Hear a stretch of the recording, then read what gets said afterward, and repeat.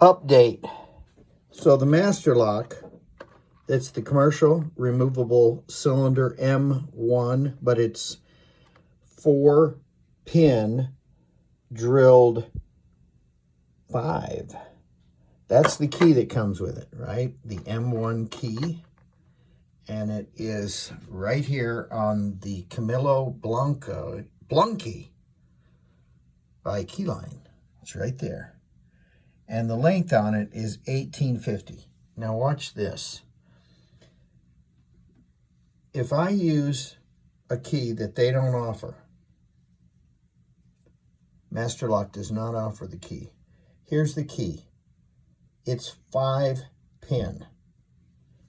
This was very hard to understand, but look at this. This reader picks up the length and the milling of the key.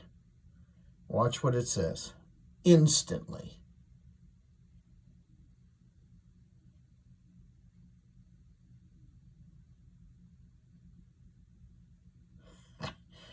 All right, look at this. That is the key. That's the key right there. So if you need a 5-pin key for a Master Lock M1, that's the key right there.